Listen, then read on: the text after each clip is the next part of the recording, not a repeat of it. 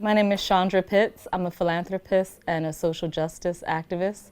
I'm the CEO of an organization called One Village Alliance. I really appreciate radical revolutionaries. I came up on artists like every day in my house was Bob Marley, and to me he was a prophet, a radical revolutionary. So in the 90s, hearing somebody like Nas and coming out with an album like Illmatic and just telling, stories of the streets and our experience as a new generation and what was happening in our culture really told the story in a way that it defined the culture for me. Really a defining moment hearing that album, and it became part of the soundtrack of my life, very much in the way that Bob Marley was when I was growing up, kind of as this lyricist, really dope tracks, but also really revolutionary in how he was spitting and the things that he was saying and the message that he was delivering and really what it meant for us as a young generation. I remember what was happening, around the country, the early 90s, not really having media outlets to talk about the things that were happening in our neighborhoods, from drug epidemics to poverty,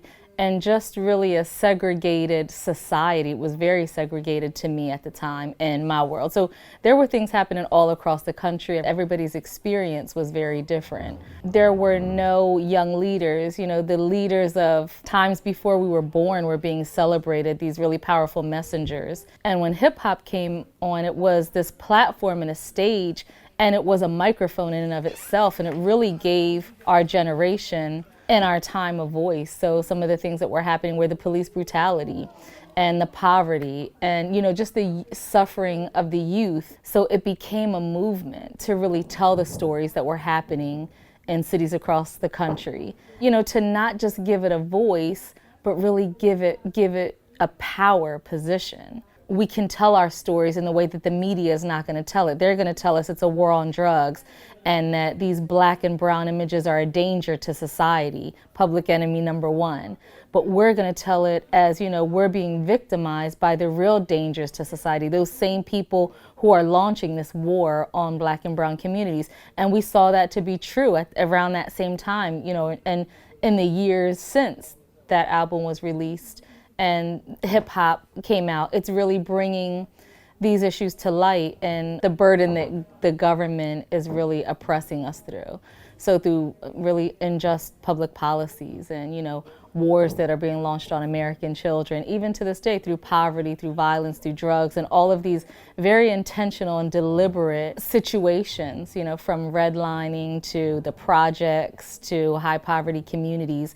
And now we're in a place like, well, pick yourself up by your bootstraps and kind of, we've actually survived. We're not even supposed to still be here based on all of the tactics that have been put into place. And instead of focusing that on us, because the media shows this very scary picture that people are still afraid of today, which still makes police shootings okay today.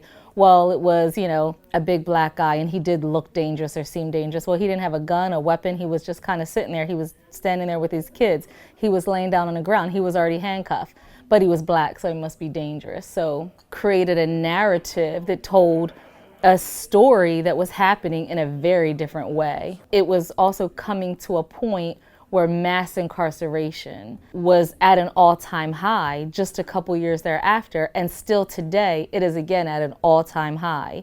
We were seeing this lavish life, and it was really a big pit that a lot of our young people, male and female, the girls wanted to be with the big drug dealers with the big cars and the chains and the jewelry. And a lot of people got caught up and never came back. So that destiny that America speaks over our communities was not based in data, but an affirmation of where America wanted to see us, which is seeing our young black males dead or in jail. And that's the time where we were seeing all that really come to life in the mid-90s.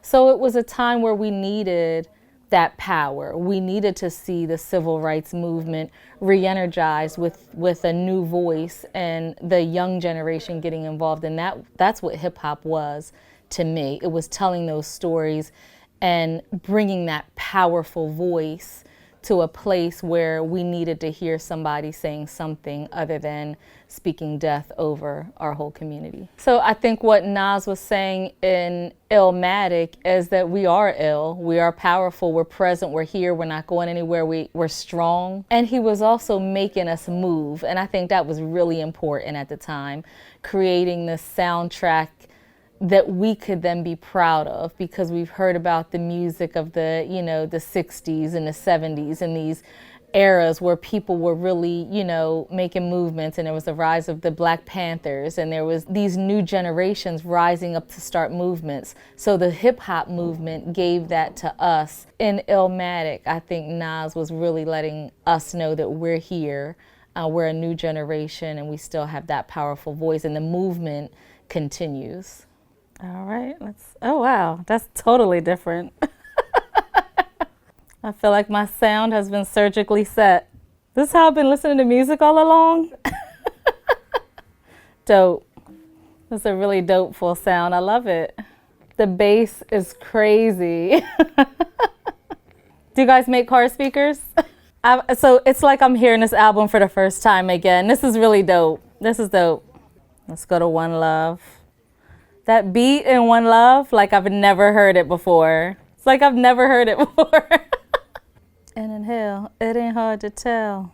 We gotta go back to One Love. That beat on these headphones is crazy. You gotta hear it. So yeah, I felt like I was hearing Illmatic for the first time. I haven't heard that album in so long.